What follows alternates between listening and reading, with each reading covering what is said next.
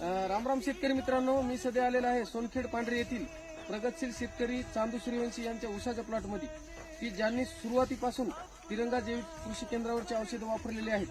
तर आलेला अनुभव आपण शेतकऱ्याला विचारू आणि स्वतः आम्ही आज उसाच्या प्लॉटमध्ये आलेलो आहे. बोला दाजी, कसं वाटायला विजय मामा? काय नाही, तुम्हाला ऊस कसं वाटायला? दाजी बोला. चांगला आपला विगत चांगला असं आहे. उसाचे कांडे वगैरे कसे वाटायचे? साईज चांगली चांगली.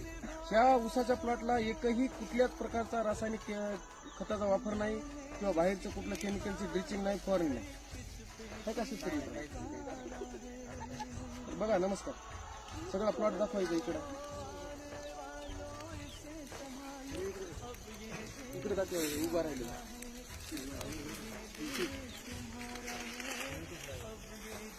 इकडे दाखवा, आमच्याकडे दाखवा.